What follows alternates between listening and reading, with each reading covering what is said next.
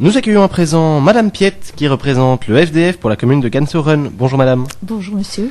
Alors, vous êtes entre autres la présidente de la section locale du FDF à Gansoren, vous êtes conseillère au CPAS et vous vous présentez première ou tête de liste pour le FDF à Gansoren. Je vous rappelle le principe de notre émission, vous avez 1 minute 30 pour répondre à notre première question.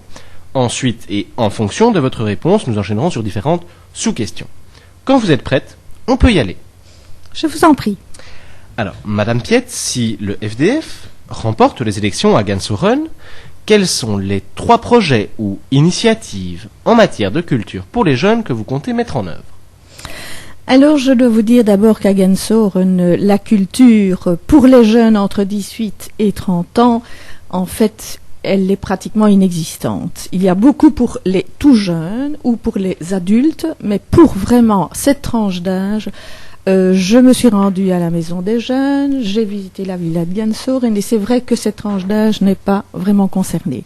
Donc ce que nous autres nous préconisons, c'est d'abord qu'ils aient un local où évidemment ils pourraient s'exprimer de différentes façons. Et paraît-il, il y a eu une promesse en 2008 qui avait été faite de faire ce local à la villa de Gansoren, elle n'a pas été réalisée.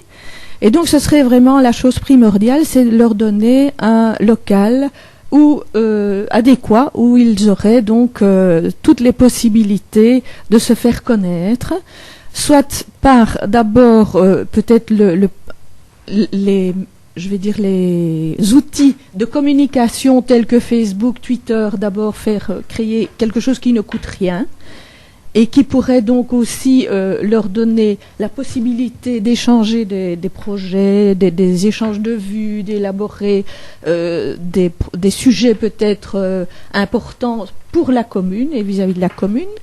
Alors, nous avons aussi pensé à quelque chose qui n'existe pas à Gansoren et c'est une médiathèque. Parce que donc nous avons une bibliothèque, mais nous n'avons pas de médiathèque.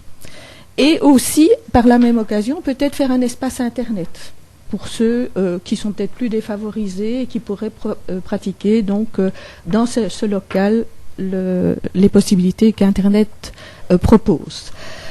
Alors voilà, donc ça c'est notre souhait. Donc les 3 points principaux, je vais dire, c'est l'espace convivial pour attirer des jeunes, les outils informatiques et médiathèques, etc. Et aussi les organes de communication qui sont mis maintenant et que les jeunes de cet âge-là emploient le plus. Donc c'est ça que nous visons essentiellement. Alors justement, en parlant d'organes de communication, comment allez-vous mettre au courant et attirer les jeunes, par exemple, vers les locaux que vous allez construire ou que vous allez dédier justement à cette tranche d'âge? Alors, il y a plusieurs possibilités. D'abord, bien sûr, par notre site FDF. D'abord, nous pouvons communiquer avec les jeunes, déjà de notre commune, essayer de rassembler des adresses mail de jeunes et essayer de leur communiquer ce que nous pouvons faire. On peut aussi, si nous sommes élus via l'information communale, passer dans le journal une information qui s'adresserait uniquement à cette tranche d'âge. Et pourquoi pas, même par écrit, si vraiment certains jeunes, mais ça m'étonnerait, évidemment, ne sont pas outillés d'outils Internet ou d'organes de communication tels que Facebook ou Twitter. Donc, voilà. Comment nous organiserions le contact? Alors, on le sait, c'est la crise économique, toutes les communes ont été touchées. Mais comment allez-vous faire justement pour financer ces projets dans ce contexte de crise? Alors, en fait, donc il existe déjà des locaux. Je pense qu'il serait nécessaire vraiment d'en réserver un pour cette tranche d'âge, puisque si on met des appareils ou des PC, la médiathèque, etc., il faut que ce soit sécurisé. Donc, moi, je préconise quand même, puisqu'on rénove le hall des sports, pourquoi ne pas penser à ajouter un local uniquement réservé à cette tranche d'âge? Donc, c'est un investissement peut-être, mais nous avons aussi l'intervention de la communauté française qui peut intervenir. Bon, bien sûr, peut-être que nous devrions voir dans le budget communal une partie éventuellement pour ça aussi, mais disons que ce serait à long terme. Donc je pense que ce serait rentable dans le sens que nous attirerions quand même une majorité des jeunes qui pour le moment sont un peu dans la nature. Alors, pour parler ici de manière beaucoup plus générale, et un petit peu plus du FDF en tant que tel à Gansoren, comment est-ce que, au FDF de Gansoren, vous concevez la culture ? Alors, nous la concevons de différentes façons. Bon, bien sûr, on a déjà des outils, je vais dire, qui existent à la culture de Gansoren, et donc on pourrait peut-être, en partenariat, je vais dire, avec les organes qui existent déjà, faire quelque chose ensemble avec les jeunes. Mais bien sûr, on sélectionnerait dans ces organes de culture, je vais dire, ce qui touche vraiment cette tranche d'âge. Alors, pour revenir aux jeunes, justement, en parlant, quand on parle de loup, on peut faire le constat que bien souvent, au travers des médias, mais aussi dans leur vie de tous les jours, dans leur vie artistique, leur vie professionnelle, les jeunes, on pourrait qualifier ça ont un problème d'image ou un problème de reconnaissance. En quoi les projets que vous venez de nous présenter vont leur permettre d'améliorer cette image, d'être pour une fois au centre des attentions, mais de manière positive? Moi, je pense qu'on peut les aider à faire cette image des jeunes et qu'elle soit positive. Donc, bien sûr, par le biais de la communication, de ce qu'ils réalisent, de leurs projets éventuels.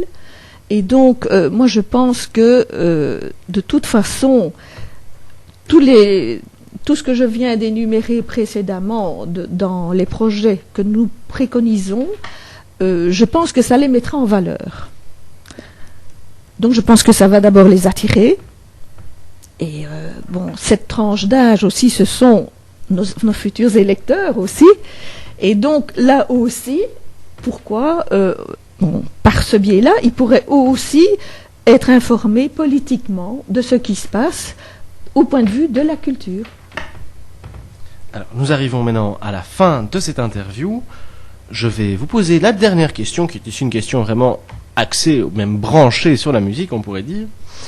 Est-ce que vous, personnellement, ou avec l'aide des FDF de Gansoren, vous organisez, vous soutenez, vous comptez organiser ou soutenir un événement qui aurait pour but de faire découvrir un genre musical bien particulier? Alors, on pourrait éventuellement penser à une organisation festive musicale pour les jeunes de Gansoren, mais alors plutôt dans un quartier bien particulier où ils peuvent s'exprimer. Je pense aussi par exemple à la journée de la mobilité où là il y a évidemment l'espace disponible. Nous pourrions organiser ça et faire connaître en fait ces jeunes par le public gansorenois. C'est surtout ça, je pense, le but.